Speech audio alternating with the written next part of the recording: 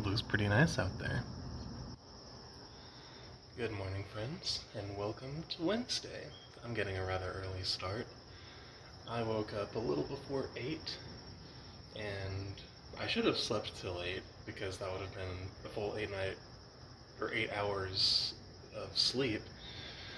But I just woke up kind of uncomfortable and like sweaty, and I'm like, yeah, I don't want to lay down any longer, so let's just get up. So yeah, it wasn't technically a full night of sleep, but it was close, so hey, I'll take it. In any case, I'm just enjoying the morning, nice and partly cloudy. Hopefully we get more clouds. It was cloudy basically all day yesterday, and I loved that. And now, I'm going to go ahead and make some coffee. Wow, I've been bad at recording vlog clips today. It's already turning 4 o'clock. I recorded that clip before it was even 8. So yeah, haven't been as consistent as I wanted to. I also drank my coffee before I could even share it on vlog. And that is because I started playing Digital Devil Story Megami Tensei II on the NES, or I guess the Famicom if you want to be technical, but I'm playing on an NES emulator. Excuse me. So it just completely slipped my mind to share coffee. I might change that though. Kayla closes tonight, so I'm gonna be up for a long time, so that might warrant more coffee. So who knows, maybe I'll share coffee with you guys anyway, and it's not like I had a whole bunch, so I feel like I can drink another cup or two. I meant to make coffee, but I've been playing Digital Devil Story Megami Tensei II for the past hour. Whoops. Alright, I'm finally stopping myself before it gets out of hand and I play that darn game for the rest of the night. I'm going to go ahead and make some coffee so that way we can share the first dang sip. Coffee has finally been made, so let's share the first sip before I forget again. Oh yeah, I made that real good. So my time with Megami Tensei II has been absolutely wild and a delight. It's difficult, but not unpleasantly so.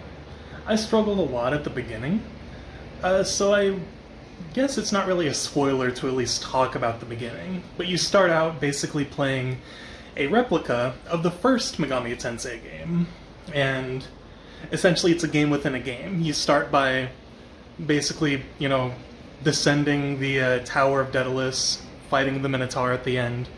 It's a much shorter version, though. You don't have to go through the entire dungeon. It's only a few floors in this one. But you gather demons, you have like a partner with you and everything like that. And the levels you get in the game carry over to the rest of the game, so like I ended with the protagonist at level 10, and by the time I beat the game within the game, he came out level 10 with his demons still. The only downside is you don't get to keep any of the equipment you bought, nor do you get to keep any of the money, or the magnetite, which is a unique currency to the Shin Megami Tensei games, specifically for demons. In any case, I struggled a lot at the beginning. Like, the only piece of equipment you can get for the two protagonists at the beginning, when you're out of the game within the game, are a couple of guns, and that's it. You don't get any defensive equipment, you don't get a melee attack or anything, which you don't really need at the beginning. You do eventually get that by exploring outside, but at the very beginning you only get guns, and that's your only form of self-defense, as well as having demons. And I died 3 times in the intro sequence.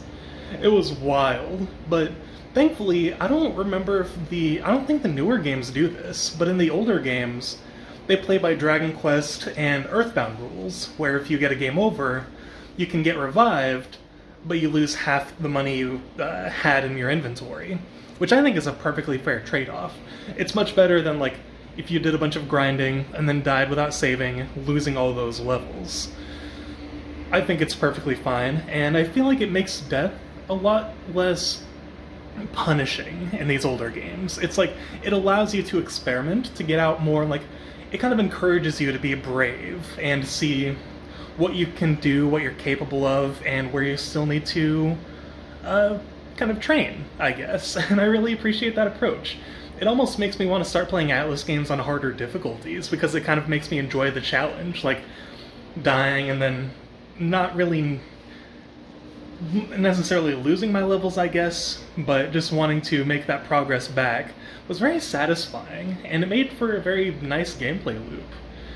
And now I am actually thinking of picking up Persona 5 Royal again today, maybe, but ultimately I need to get yesterday's vlog edited and uploaded. I still haven't done that yet, so I think I'm gonna go ahead and do so. Oh my god, this line of dialogue is so good to hear voice acted. I think it was voice acted in the original and I just don't remember, but my goodness, I forgot how funny this announcer was. Well, that was fun.